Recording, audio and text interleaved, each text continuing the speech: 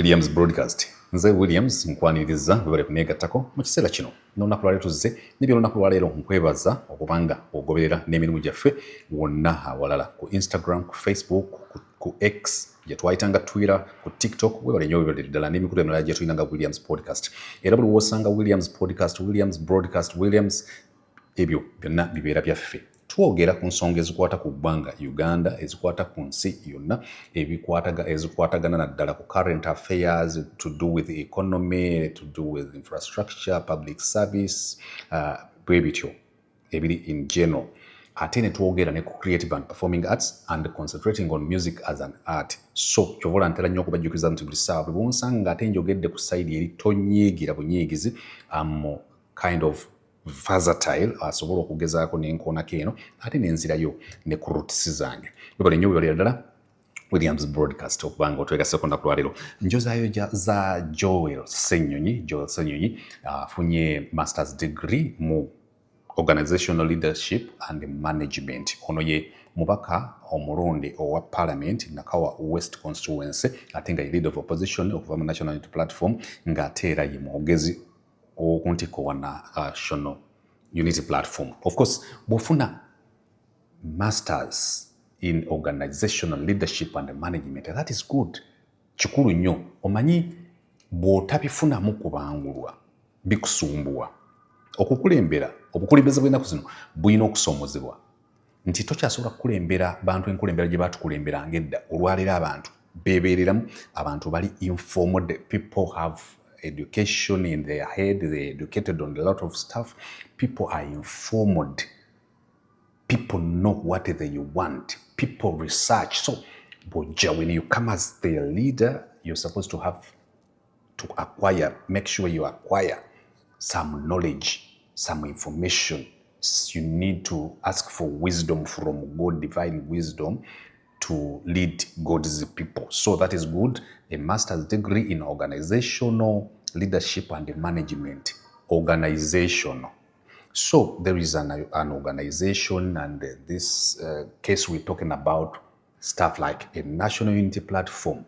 A platform, an umbrella for all the people with a unifying factor of changing Uganda.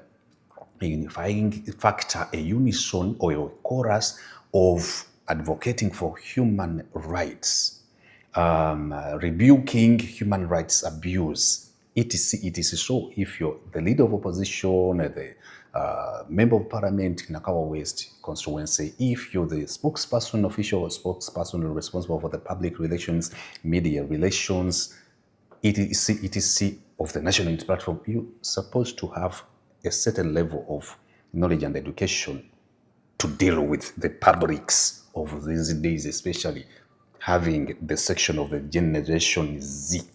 So congratulations, Joel Ssenyonyi. Also on a lighter note, I saw him pouring Chinyankore and gave us information that his father got Joel's mother from that side. The guy was fluent in Nyankore, so that is good. Also politically, it was a good move. You know, when you go to a certain section of people, certain society, some communities feel at home, especially when you speak like them, eat like them, or eat with them. So it was a good move politically, and also as a communicator, you got more closer to the people you were talking to. So today we come to talk about the National Unity Platform in Buvuma. Mordecai Mulisa, omukulembeze wa abadde Buvuma. Abadde Buvuma. Nebaza nga sinagenda ku nsonga eyo nyirinyiri. Nebaza abantu abavunaanyizibwa ku pictorial and videography of the National Unity Platform back home in Uganda. Thank you very much for always feeding us with what transpires on a daily basis and where you have activities at the National Platform. Thank you for uploading the content on your National Unity Platform Facebook page, TikTok, etc. That is good. Mwebale kubeera bakozi abavunaanyizibwa. So there is a writing on the National Unity Platform Facebook page of part officials led by the President, His Excellency Bobi Wine. I have spent the day in Buvuma district. They were hosted by the area MP, Honorable Susan Mugabi Nakaziba, with whom they opened up a local office for mobilization and coordination. So, bakutegeeza ba National Unity Platform nti His Excellency Bobi Wine bw'abadde e Buvuma District abadde n'omubaka omulonde Susan Mugabi Nakaziba era baguddewo ne woofiisi mu kitundu ekyo nga yegenda okukunga n'okuwumbawumba coordination is what? Okukwanyaganya emirimu gya National Platform side yeyo. They later proceeded to a belated Women's Day event and addressed a rally where they charged over enthusiastic masses with the gospel of regime change.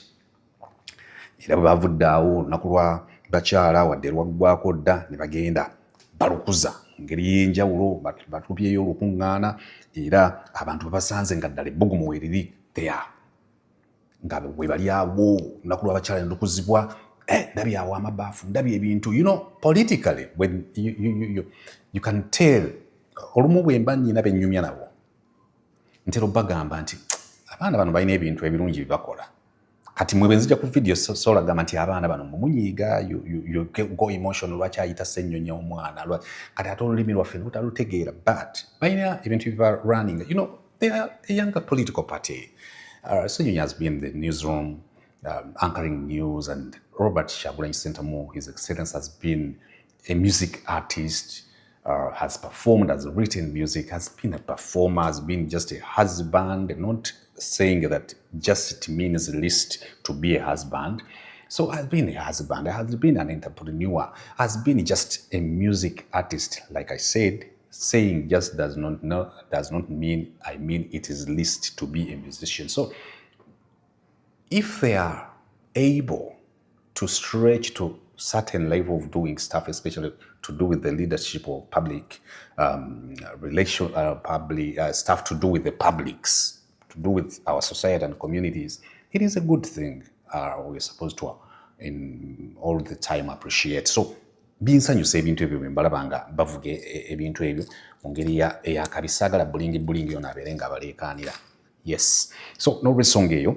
During the event, Honorable Susan Mugabe donated several items to women groups and hospital beds to equip a local health facility that established and handed over to the district. People power, our power. Hashtag.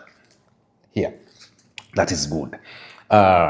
Awo tugenda okutambulira webale nnyo webalirira kubanga okyali naffe era Williams broadcast era we broadcast stuff to do with whatever has connection to people, anything that has to do with the people, anything that has to do with the humanity, anything that has to do with advocating for human rights, we talk about. Mbaddawo nga nfumiitiriza bwe ndabye Buvuma district esalawo kinene nnyo mu Buganda ne Uganda. Mu Uganda Buvuma district ekizinga ekyo kirina ebyafaayo, ne mu Buganda leero ndabye ku Facebook page eyawo ekitiibwa Charles Peter Mayiga nga batutegeezeza nti omutanda yagenda ebweru okwongera okwekebejjezebwa abasawo akomyewo yagenda ngena nsomezi 5 June 2025 kati akomyewo, so at least wenzijidde wano maze okulaba. So nyinimu gunda twebaza Katonda nti akomyewo nate mwali era ku Namulondo kwali jukira ne wabali bweru abakwali ku Namulondo kyovula nti bagamba nti essaza lya Ssaabasajja Kabaka eri Massachusetts, eri Illinois, eri Seattle, eri Johannesburg, eri Rustenburg tondagona. So akomyewo nyine mwali. So bwe tudda mu Buganda Buvuma wankizo ati bwe bagendayo bwe bati nindabanga ye okusinziza ku bifaananyi byolabyeko at least byetukumansirizaako. It is a good sign for the national platform, especially as you guys are approaching 2026 general elections. ebyobufuzi tuli mu byo byennyini. So nalabyeko walingera kusesetuka neyongereyo nalabyeko omukulu General Mugisha Muntu ng'agamba we are broke as the anti-political party nga bagamba tuli baavu tetusobola kutambuza mirimu mulungi nnyo egy'ekibiina n'ebyobufuzi ebirala bitambulira eyo. So ebyobufuzi nga biri mu high gear. His Excellency Robert Kyagulanyi Ssentamu agenze Buvuma. Abantu babadde Buvuma.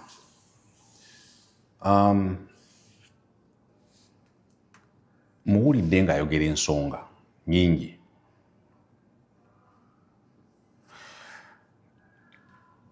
Ensonga zonna z'ayogerako ziyinza okuba nga zi repetitive but still relevant. Ayogera nnyo ku public service. Ayogera nnyo ku negligence on the side of Jjajja Yoweri Kaguta Museveni. Ayogera nnyo he keeps promising a better Uganda.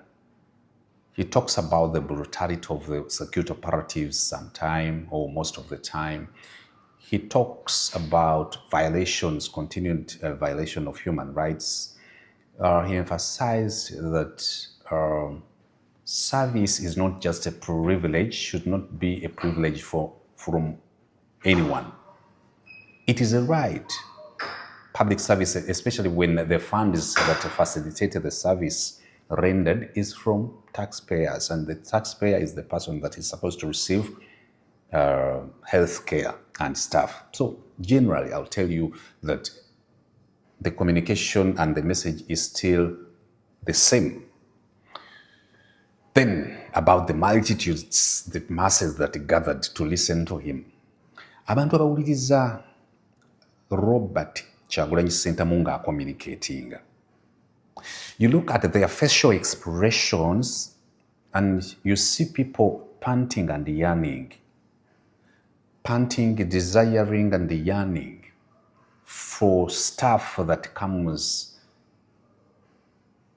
out of Kyagulanyi who is communicating. They are yearning, they are panting, and desiring to hear more from the guy. Sagala wanyiga nti lwaki omuyise gaayo. Manya bawuliriza abange. Mulina olujanja. So the guy are like, yogera bawulire, yegwe mitembo, yegwe twayagala, and that is good for a politician. It is just upon yourself to see how you can harness or convert the support and the enthusiasm from the public into votes. Awali akalipo. Because abantu bano biri mu gumbali babagamba funa endaga muntu ennaku zino waliwo kanoonye kalonde kakuume kalwanirire.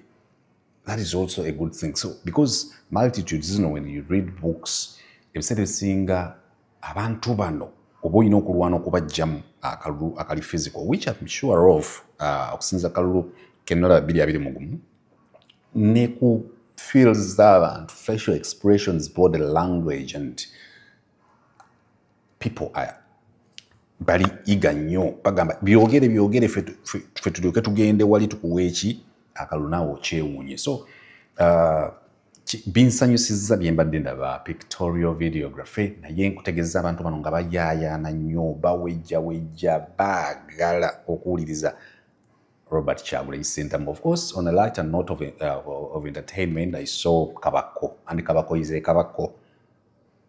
Kabako is a Kabako, and definitely there is always a connection of between Kabako and the people listening to Robert Kyagulanyi Ssentamu. You know, we have a young generation, the youth especially, between 13 or 10 and 28 years. Abaana abo kyekimu ku bisoomozebwa kw'eggwanga Uganda. Walabye bano be batutte mu kkomera baali batambulira ku Jjajja Yoweri Kaguta Museveni, oluvannyuma ne bakola obumenyi bw'amateeka, oluvannyuma ne batwala mu makomera. Abaana abo kwe bumu ku kusoomozebwa.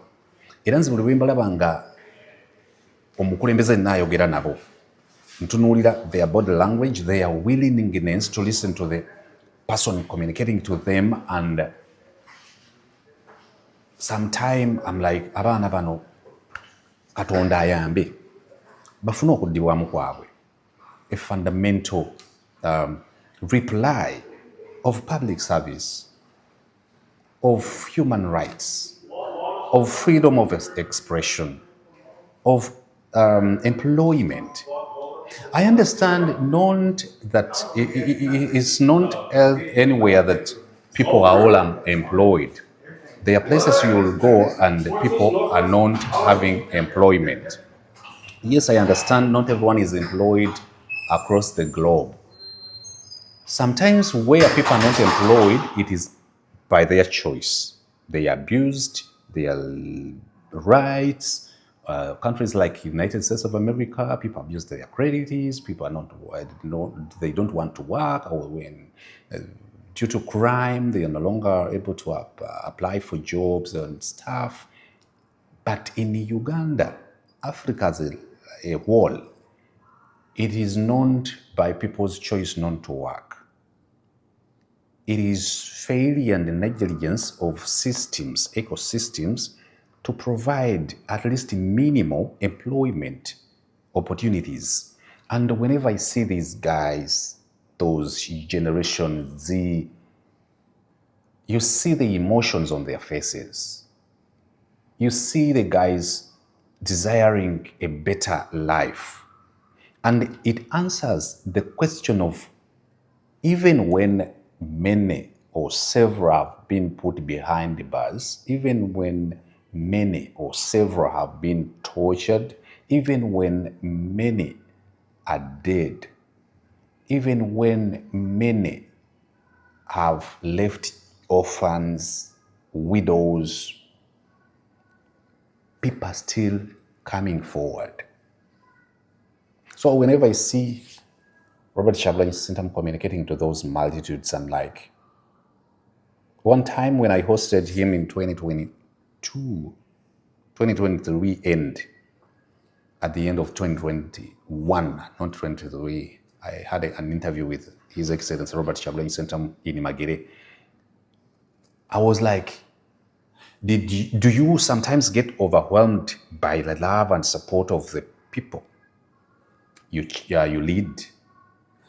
It was like, sometimes I'm like, now Kyagulanyi talking, how can they feel if I attempt to even disappoint or betray their trust? Basobola batyo okuwulira, bayinza kuwulira batyo oba bannange, ye oba ntandika ntya okubeera mu position ebalyamu olukwe olw'obwesige bwe bannyinamu, olw'obwesimbu bwe bandabamu. So buli bwe bayogera, ntunuulira nnyo abantu bali, nentandika okugamba bino bye nkugambye, si kusalawo kwabwe nti tebakola, si kusalawo kwabwe nti ebibatuukako bibatuukako, si kusalawo kwabwe, kyokka nga generation gye tutera okugamba nti gwe mu gundi ey'enkya, mu mulembe ogw'enkya. So emotions maani nange zisobola okundyawo, then Kabako comes in n'abawa ku vibe, nambeemu Kabako, nambeemu oliwa nnyo, then King Saha naye n'abawaamu akamwanyi kaaliwo naye era maama, you know, with music.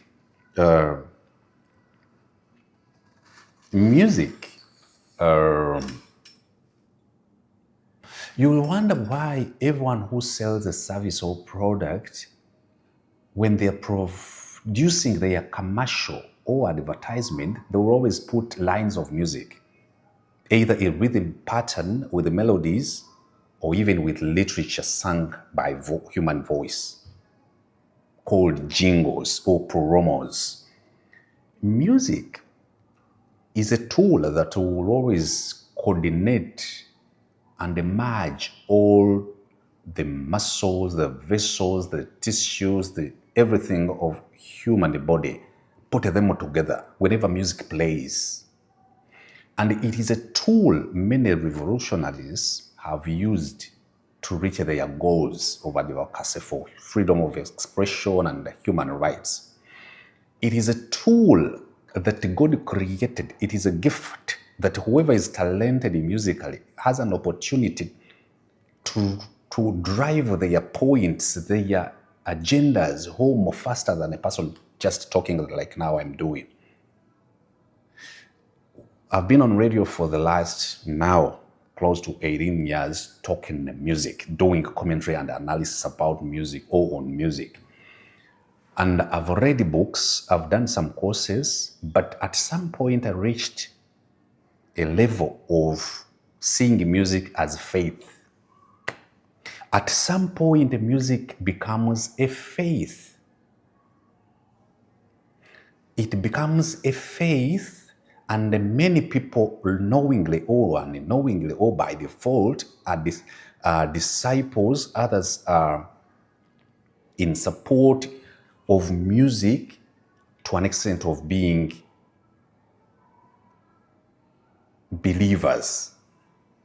So whenever music plays of songs like Akamwanyi Kaliwo, in the days of Lolahila Nelson Mandela, you would see people crying. There are stories told by songwriters, the late Stephen Kekana, the guy who wrote several songs for superstars of South Africa. Stephen Kekana went blind at 5 years. But he used to say that with music, I could see people. And with the music, I could communicate anything I felt in my body, and the people with ability to see could relate with me, a blind person. So songs like Who is Fooling, Who Has Got the Power to Tell Me What to Do, Motherland by Ivoni Chaka Chaka, rolled tears out of people's eyes in South Africa those days. There are songs that had dance beats, rhythms, and melodies of sing-along, but to the South Africans, the same songs meant a different story or reaction. People, the way we received the songs like Mama Land or Wazan by PG Powers is not the same way those days, especially during the days of apartheid in South Africa, is not the same way people in South Africa received the songs. The way we ingested songs like Let Me Be Free by Ivoni Chaka Chaka is not the same way people ingested the same literature in South Africa. Some people from Zimbabwe might listen to Akamwanyi Kaliwo by King Saha, and they will just rhyme with the song, rhyme with the guy on video, on audio, that is King Saha. They might end up just dancing to the song, but in Uganda, people are like Akamwanyi Ndidi Kaliwo. I'll tell you,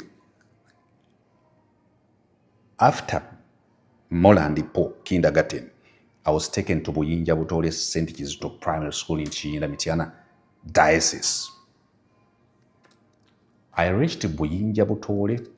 Dad came back to Kampala. I stayed with Jajja Namsoke from P1 to P6. Jajja paid all the dues. If they needed a hoe, not a hoey, yenkumbi. If they needed the rake, kanakaskabekati, Jajja was able to buy. If they needed the budget, Musana Flamingo, Pick Fair don't come. But Jajja was able to provide. Jajja was able to provide from what? They had a union, a tobacco or tobacco union. There was still a little bit of lint marketing board for cotton. William wakajja mu America. Wantamya olujanja. Mu cotton. Gwe bulinja butole. Had the coffee marketing body. We used to go to harvest coffee in Rwenzera. did the pruning, coffee, before coffee got ready, we did the pruning, we did check the birds, we prepare me with the judge. And the same thing happened in Mr. Eridadi Sewanyana's home, and Jaja Nakazi's home, in Motebizi, Mwami Muragwe, and EDC. And during the harvest, people, children, we, the school goers, were sure of education. Not from anything, not from border riding, not from coffee. And the judge of those days had the ability to provide the school dues or school fees or school scholastic materials. Actually, we used even to go to Ngomanini to buy the school uniforms during holidays or close to start of the next term. Jaja providing money to buy a new uniform. We had assurance to have meat on Christmas or Easter. Meat, enyama. So, at some point, I don't know what exactly happened when we saw Lint Marketing Board, Coffee Marketing Board, BAT getting out of our hands as a nation to, I don't know, to the cats, to the dogs, to the floor. Now,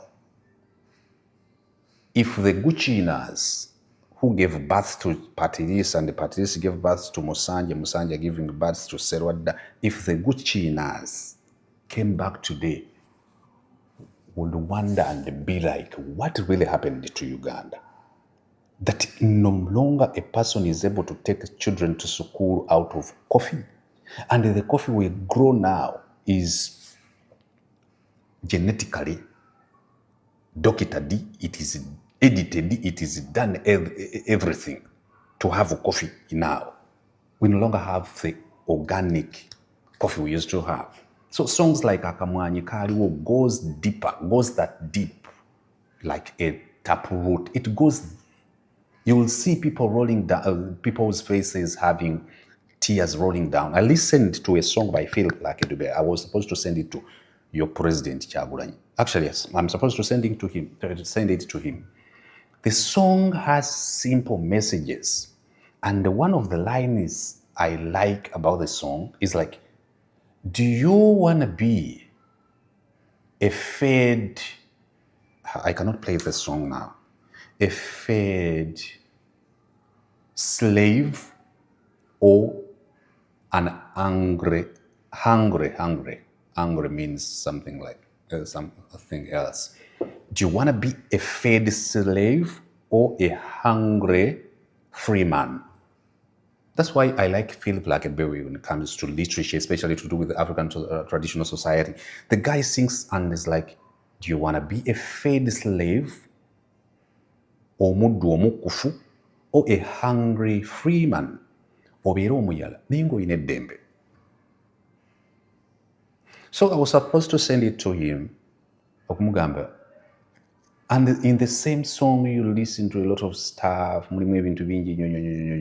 So you listening to Whip to me and William's broadcast, my message is that seeing King Saha singing Akamwanyi Kaliwo, for me, I don't see King Saha. I don't concentrate on the dance moves he has on the song, but I look at the facial expressions of the people dancing to the song. You see a lad, a youth, a teenager, a man almost dropping dead, meditating upon the message in the song. Abantu aba bawuliriza ezo ennyimba bemulaba batuuka ekiseera ng'omulaba Kyagulanyi nga is talking naye ng'olaba omuvubuka oli oba omulenzi oba omuvubuka ng'alina engeri gy'arelatinga n'oluyimba luno. During the Buvuma rally, King Saha requested the president to buli bwoyita Kyagulanyi president, ebintu byonna by'osomye as a musicologist, as a scientist of mass communication, as a psychologist, mpulira obusungu nga bunnu. Ngwe ku myaka gyo, why do you believe n'ogamba bannaye video ebadde etambudde bulungi. Can't you pick other stuff than you concentrating on me calling him president? N'ogamba oyo tojja muwaayo wa Benini musabira. Buli wanyiiza ku channel eno sijja kuwa sente za Pentagon kuba nammwe mwazinyima and sijja kutwalayo Pastor Benini kusabira. But on a serious note, he requested, King Saha requesting Robert Chagulanyi Sentamu, the principal of also His Excellency and the husband to Bobi, to allow him perform together, Not Your Enemy. There are songs by Nubian Lee and Bobi Wine I listen to and I'm like, I wish Ugandans interpreted or had ability, had the Holy Spirit to interpret different than these guys' messages. One of the songs is Situka Tutambule, and another one is Your Enemy, and Not Your Enemy. They performed the same song in Buvuma. Facial expressions again. Are these guys ingesting, taking in the music these guys are performing for the sake of entertainment and dancing to the songs? Are they just missing Chagulanyi on stage? Or they even feel the message in this song? You could tell from their expressions on faces that they feel the songs and the message they really understood and still understanding the message. I was olowooza nasobola okugulawo oluggi olwo bamanyi okujja ne bafuna visa ne bajja wano ne batabeera nga ffe ali awo ku luggi yeetalaatala kutusumbuwa busumbuyi wamma munansonyi oba sawundi egyo munga ndi wano ku luggi naye ndabye nga wano wajja kunyanguyira nnyo. On a serious note, music, I'm trying to, normally when I'm doing my news broadcasting, I pick a story and do my own way of communication. So I'm picking the Buvuma activity by national platform where Chagulanyi was there as, not as a chief guest, but as a chief freedom fighter or advocate for the human rights and EDC. So I'm giving you other things that you might not have paid attention to, and one of them is the power of music during revolutions. When you listen to Not Your Enemy, looking at the people's response and the reactions, you can easily tell that it is not about the entertainment in the song that these people are looking for or are reacting to, but to the fact that whatever is in the song hits their heart. And after hitting their hearts, their souls, their brains, emotionally, they respond and put it back to the person on that platform, that is Chagulanyi and the colleagues, with silence, but ably communicating to them that mutuyambe. Baba maloba yimbira oluyimba nti I'm not your enemy, bana abantu bikimalo batuuka eno bakomyawo amaaso agagamba Chagulanyi omusajja musitule, omusajja mukube ngumi. So music, mbadde nkubuulira enjiri nti ayina amaanyi. Songs like Sekono Tawanyiswa. Actually, me as a music compiler and scheduler on radio stations, there are songs I never wanted. There are songs that I didn't want to put on playlist because I could not tell, could not predict presenters' remarks. Songs like Abatukulembera by Christopher Sebaduka. Leero byogedde banange leero musajja yakuba omusajja yayimba yayogera ebigambo n'abigambo bote kata amutte kaakati ate nga si mu song bwe nkuba olwaleero lwe bayita Abatukulembera by Christopher Sebaduka luba lukuba jjajja Museveni. Kati bapresenta bange nga sibamanyi bw'anaamala oddukubira agenda dwogererako biki. Jjukira gwe nga programs manager, music scheduler, programming music yo ng'omanyi kyagenda okugamba mu society mu community. Abalina ssente bonna bamala ziboza leka kuba ssente emyaka then in the morning I'm playing that song for people to get motivation to go to work. So playing abatukulembera baluwa yayusisi ejja ani that's music. That's music. That's the power of music. And another song is Sokono Tawansiba by Nyosera Segamwenge. There are several other songs. Of course, Baligid Days, Gawaragana Monkola is another big song. And coming this way, there are songs like Basi Dunia. Basi Dunia by Hamad Basude. There are several other songs that you can also put in the comment section. Then there are songs like Bako by Matthias Mulumba Sawalukaga. There is also another song by Walukaga. The song title is Echibuziza Emirim. The guy talks about it is also a good song. So with music these days, we no longer have many artists that can talk about what is taking place in Uganda or Africa in general.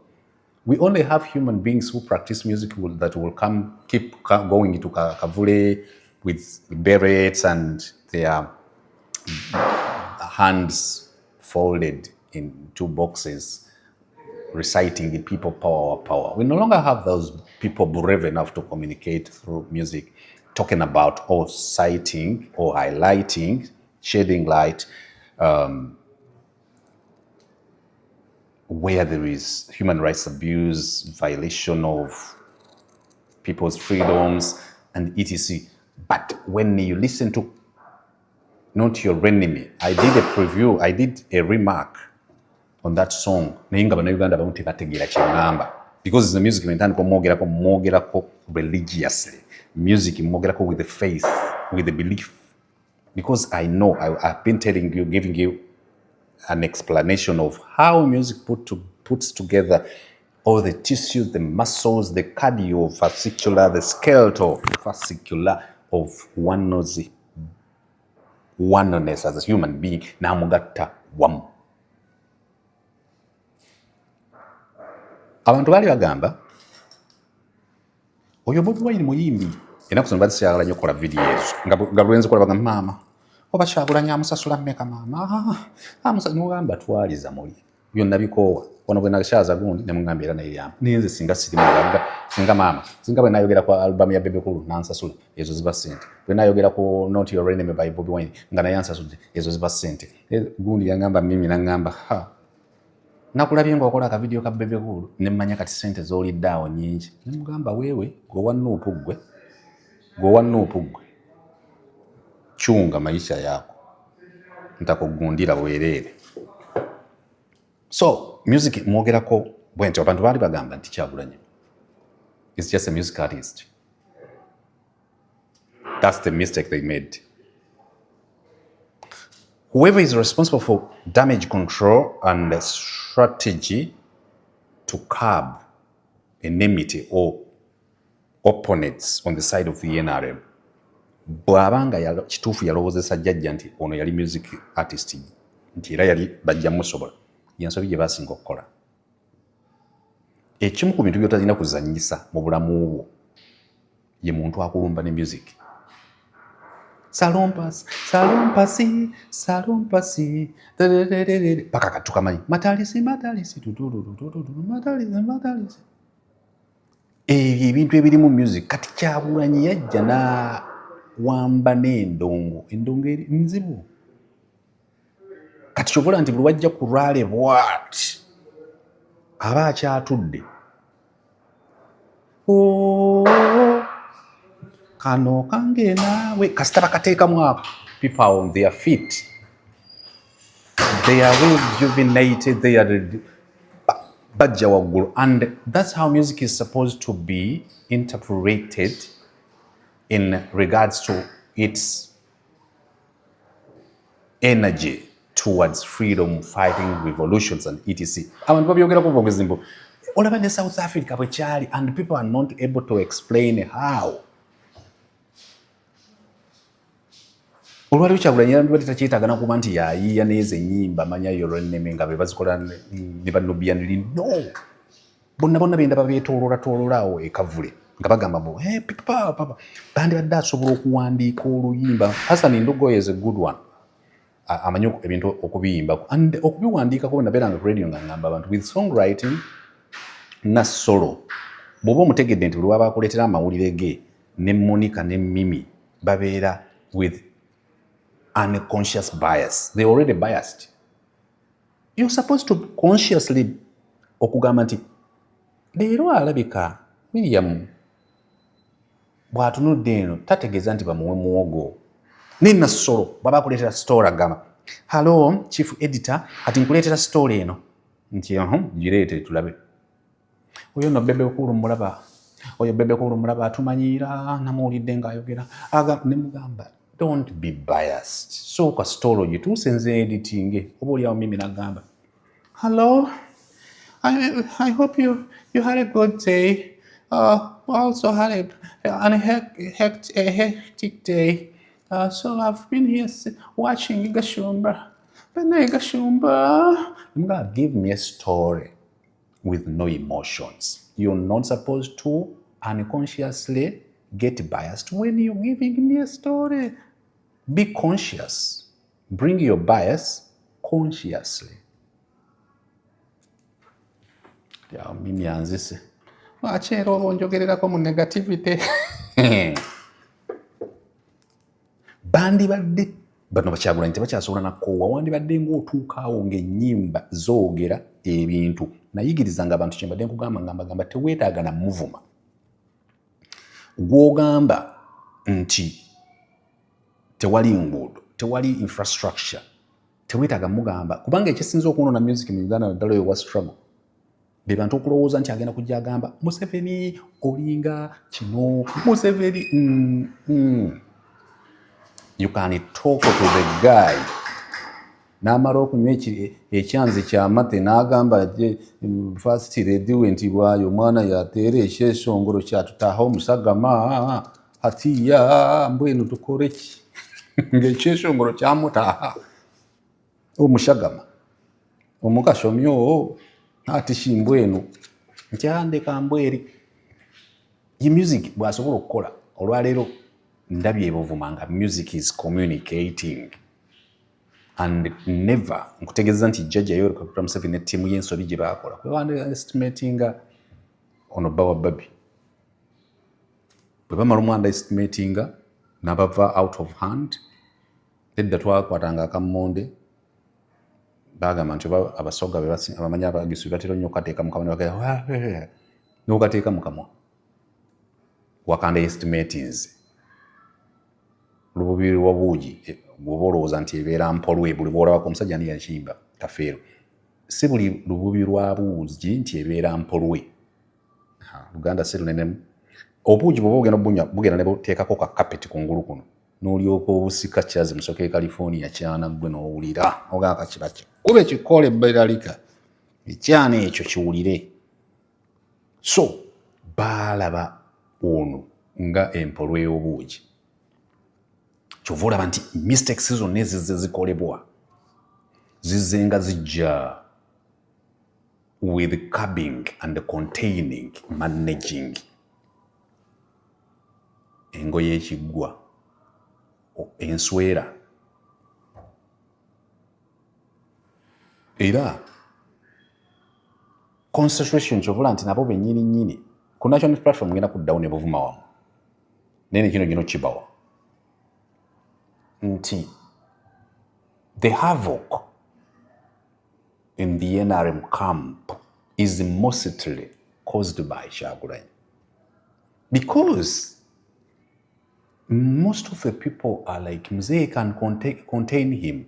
We had Chibaya in Ngomanene was a winger, played number 7. I didn't go to Ngomanene primary school. I was in Winjabutoro, of course, Catholic church primary school, but we used to go and watch football. Ngomanene playing Bokandula, we used to just go and watch to enjoy So Chibaya, most of the mistakes we used to make, or games masters made, of Jumbi Primary School, Ngalagala Primary School, Chimwanyi, Buye, Buyinja, is to underestimate Chibaya, a short guy. And another mistake was the defense, the number 3, number 2, number 6, number 5 in the middle of defense, then up to the short. Everyone used to say, like, I can contain Chibaya with no strategies. And also, some games masters were like, wow, Chibaya cannot score us. A short guy scoring Kaizi. Kaizi was a tall guy doing goalkeeping for Buye Primary School.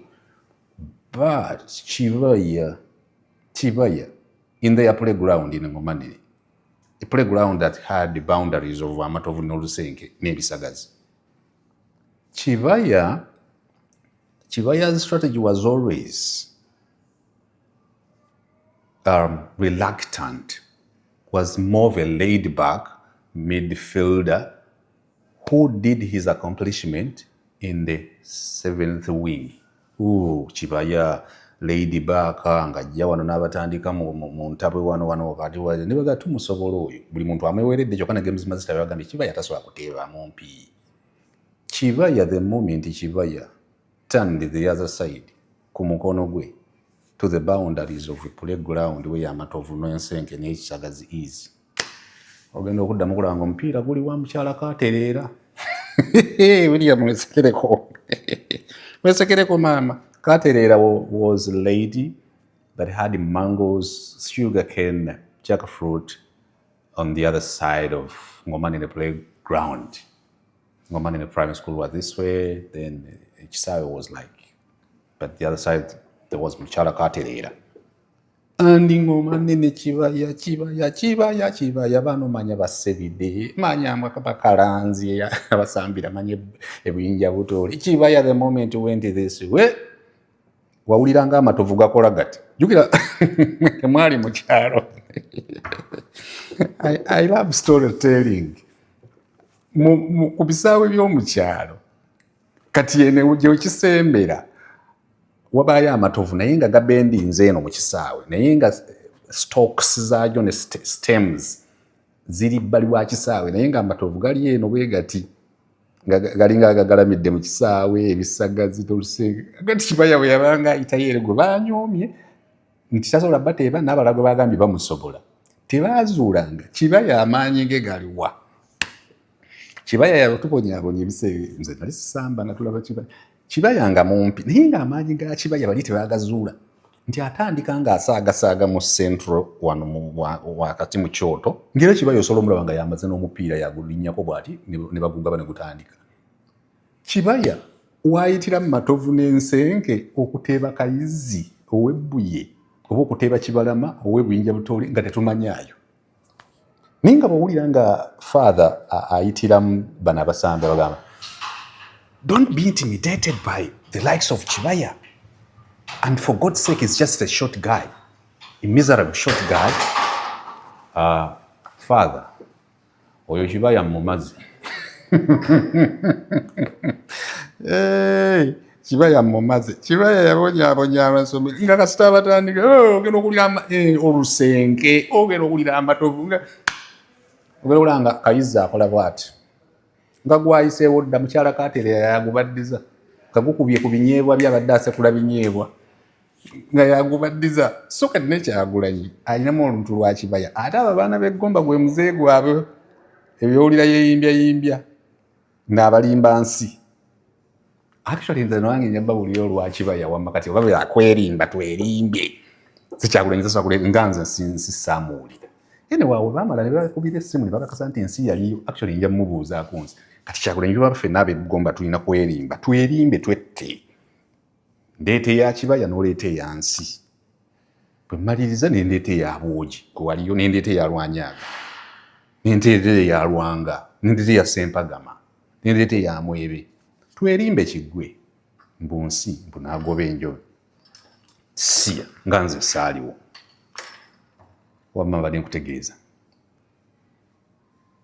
nti Kyagulanyi n'abava mu ngalo, and that's the havoc you always hear as feedback and reverb from the side of the NRM. Everyone is like musobola. Let us get back to Buvuma as I conclude today. I just wanted to give you some stories, and I emphasize the emotions and facial expressions that I saw on people's faces and body language. Those people in Buvuma, as Kyagulanyi went there.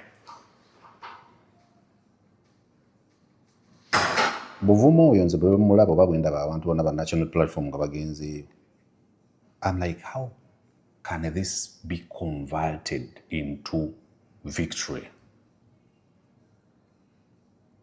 Because Kyagulanyi has support, and the support is simply because people are tired.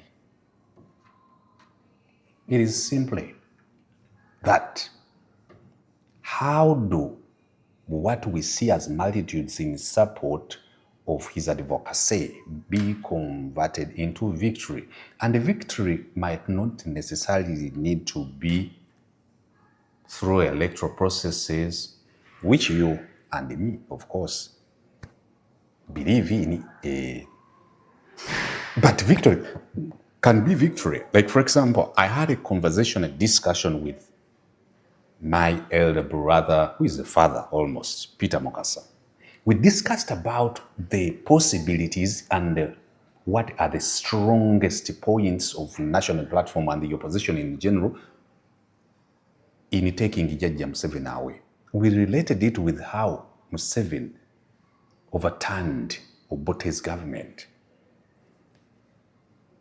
We had conclusions about why and how Jajja Museveni successfully ended up at parliament steps, swearing in, promising fundamental change, not a mere change of guards, but a fundamental change in the politics of our country, Uganda.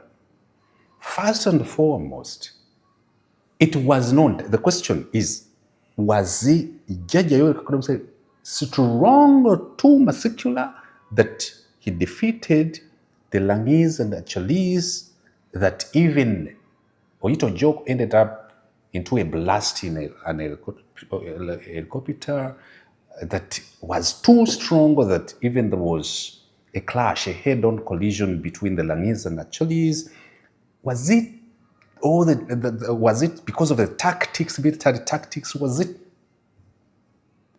When you read between lines, you realize that there are mistakes, fundamental mistakes made by the Obote regime that led to the success story of Yoweri Kaguta Museveni and the colleagues. It wasn't that the guys were too strong. Obote ended up making mistakes, with the mistakes leading Museveni to use the resources, governmental resources, to fight.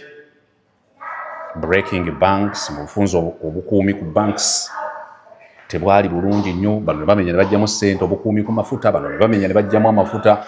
Weaknesses ezo, because abasinga, when you look at how guys strategize and strategically position themselves to address attack from the enemies, when in regards to battles and wars, ojja kulaba nga America akuuma nnyo amafuta.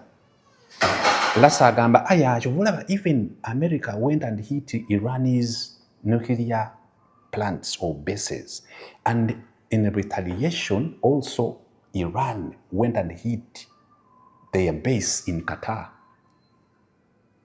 There you go. Tukubira nukile naffe tukubira base. And Trump was like, reconciliation and dialogue, people, because yes. And the complacency, the negligence on the side of Obote led to, due to the weaknesses they had, Museveni yali ngajja nasobola okujjawo byajjeewo emundu ngajja naziha video the stream gyeraze mulokole kuba mbuulira njiri musobola okuleeta ssente. There are people from China guy yampadde $1,000 because of a video bayaddi. Yeah? Yes, ngumpayo sente ngonfuwa sente. So with a conversation I had with Peter Mukasa was about, well, is it that Museveni was too strong? I don't think so. It is 50-50. But majorly the contribution was from the weaknesses of Obote. Mwanga had some beef, misunderstandings, bickery, childish bickery, that it is said, it is alleged, with Oito Ojok, ending Oito Ojok into flames. At some point, the Musevenis were like, tumukubi, never bagamba tochikola, Museveni tonakuba ku Oito Ojok. Bali badina bizibu byabwe. Oito Ojok n'amaliza bali. But that weakness was Mwangi vice president. Peter Mukasa will remind me on that, or whoever has clear information about that. Mwanga's bickery with Oito Ojok ended up in flames.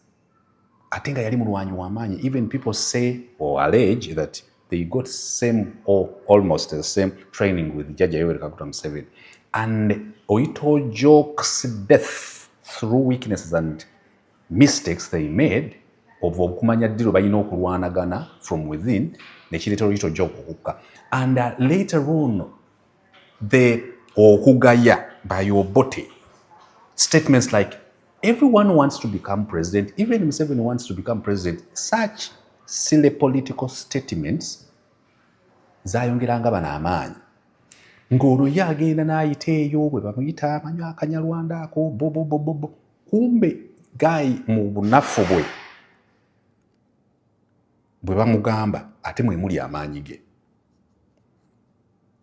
Ne tujja ne Yoweri Kaguta Museveni's group that attacked Kayunga, hit a bank, ran with money saves. When either were the Acholis or Langis, one of the tribe people were hit badly and dead bodies were left there on the floor and burnt, put petrol and burnt. The other side were like, why would you, actually others on this your side, your tribe, whenever they got killed, we used to take them on. Netubatwala because mu lutabaalo buli afa mu musitula mu mutwala. Lwaki ffe basaba amawanga gaffe nga mangi mubakumyeko bukumi muliro? Because ensitano yali nnyo Kayunga wano nga balumbye, balumba health facility nga balagala ddagala n'okulumba banka okufuna ssente. Bwe bamala okuhiitinga awo mbu abalango n'abakyoli bo ne batabuka. Eyo mistake yali nnene nnyo. Kangende mulokole wenjagala okulaga. How do you convert what I see in places like Mukono? You went last year, the other year to Kayunga. You have gone to Masaka, Mitiana, Mbarara, Weya, Luwero. How do you convert that into community? I'm not telling Kyagulanyi and Senyonyo or Rongoya or whoever national. I'm kind of being analytical and asking myself questions, also same questions going to you. That how can that strength be converted into victory? And I am telling you, victory might not necessarily come from electoral processes. And why I had to give you some history is to conclusively give you my take on how victory can even come not through electoral processes, is when you realize that at any time your enemy can make a stupid mistake. And anytime, every time, each time Obote, Basil Lalokero, Tito Okero made mistakes, Museveni was ready. Whenever they made mistakes, the guys of Museveni were ready to pick the guns of Zimbabwe. Whenever they made mistakes, Museveni was at the petrol station okubawa mafuta. Whenever they made mistakes, Museveni was ready to okujjawo jipu. Whenever they made mistakes, Museveni was in the right place okuwambawo katogo. Question. Kibuuzo mwagala nkibabuuze. The revolutionaries we have now Are they ready just in case mistakes are made? Because each mistakes they make are supposed to be your strength. Each cross they get should always be your ticks. I saw Buvuma and I was like, wherever Chaplain goes on the team, and my question normally comes like, how can it be converted into victory? Can victory only come out of electoral processes or bush wars? Can even come when you're ready for the opportunity of a silly mistake on the side of your opponent. Kyovola ate mwe mulina okwewala ensobi ennyingi ennyo kubanga olumu I'm not a footballer, I have funny legs. But with Catholic schools, we were encouraged to always attend those classes of football. I also take time to educate myself. Whenever you listen and get noise in the central defense of boots, friendly boots, okutomeregana, abali mu namba mukaaga, namba 5, namba 2, namba 3 nga batomeregana wano, ensobi ziba zigenda kujja. Era ogenda okulya nga kipa abagobawo, bagenda kuleeta free kick, bagenda kuleeta corner, muveewo. Kati olumu national platform and the entire opposition of Uganda owulira buutu zaabwe nga zeekuba mu central defense. Kyokka nga jjajja alina common mistake he has of underestimating, actually not the jjajja all the time. Jjajja ayinza okuba ye actually obuseera ebimu jjajja yena bwalaba Kyagulanyi bw'ati amulaba nga Kibaya n'agamba ninkureeba gye Kyagulanyi ninkureeba ebintu byonkozera opurugomu nankani 2020 nkumanyire Kyagulanyi kakati ate bano abogerera jjajja nga bo bakyamuyita muyimbi miya muyimbi. Kakati jjajja ye nga bali ttiimu ye ekyagamba wa Kyagulanyi tasobola ggwanga kakati nga nabo bagamba nempuuga kati ate lwaki empuuga yanbadde obadde osigala wano obasa nga babimaliriza mpuuga n'ensereko kiki bakola ekyo mbu ne munyago aleeta ekibiina bagambye bate balangiridde ndi mpuuga wali ku ballot paper n'ensereko wuli kwali ne mma wajja kuba kwali awo ne Mugisha muntu yandibaako namuli ati aba ayagala amafaali nandala wuuyo. Ezo zonna nsobi mu defense generally. But we used to have a father Oswald Joel, who is a father Junior, father Maka, father Bishimakombi, Nyombi. Balina ekintu kyabwe kye baakolanga mu mupiira kugundi. Naddala abaana ba mutabani mwami Kaggwa omugenzi w'ekakumira eyo yalina abaana babiri abaseminaali abaafuna oba father Kaggwa ne Maka. Father Kaggwa ye taata waabwe, father Maka, father ani omulala awo. Kabalina ekyo kyebasamba bajja babiri bwe bati. Ttiimu eyinza okuba nga mbi. Naye olwa basamba ne ng'olaba leero ttiimu ya Bungereza national team. Naye nga waliwo ate bw'olaba nga Sterling ne Harry Kane balina engeri gye bakwatagana. Sterling ono omumpi awunya ttako nga walina engeri gye bakwatagana ne Harry Kane era ogera nga Kane agutaddeyo. Waliwo n'omusajja wange oba yakadda n'omupiira kati ennaku ezo baali bamubaninga Paul Pogba. He used to have a good midfield role. Ng'aroolinga bulungi ebintu bye nga Paul Pogba abanga mpologoma nkadde eteegera ku luzzi ng'alina good midfield. Kati olwali muyinza okuba nga mulina a Paul Pogba that does good midfield or the attacking Harry Kane. But again, the more you kwekubanga to in general or as a political party national platform that is the Harry Kane, now mubyonoona nti ono ne bwagwa wali olabyeko nga badde basamba omupiira bwe bati line ya strike ng'esuddeyo gwa naggamba kipa aba agenda okusekula okugyawo omupiira bw'ati ne yeesaawa ne gumukuba eggi nga tewaliwo agulondawo. Kati awo bonaonya Cristiano Ronaldo na Lionel Messi omanyi golo zaateebye mu ekyo okimanyi nti opposition national platform erina okubeera alert all the time, okubeera at tension. At ease is when you legeza mwiri omwana William. Then at tension is when you funga mguu, legeza mwiri, funga wewe, takugunda sasi yeye bunduki. Ebintu bino mbyogera ng'ebyokusaaga, but I pray ku bumanyi bwange obw'ekito abantu balondalondamu ebintu ebimu.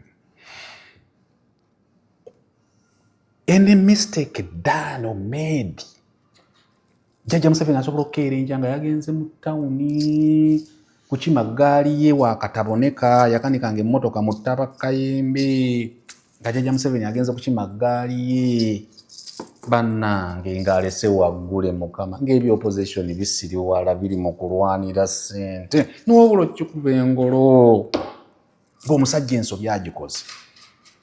Nti ate kakati olowooza bwagende wakataboneka era gundi Mukamadi asigalawo. Anti Mukamadi era Katonda y'omu asobola okugamba nti bonna bagenze babadde batudde mu mmotoka nga bagenda eri okutwala ewakataboneka eggaali ne balinnya omuyembe babiri. Ate Jamiru era ng'awo Jamiru agira nti kisoboka naye eggumba ne limu. Bye.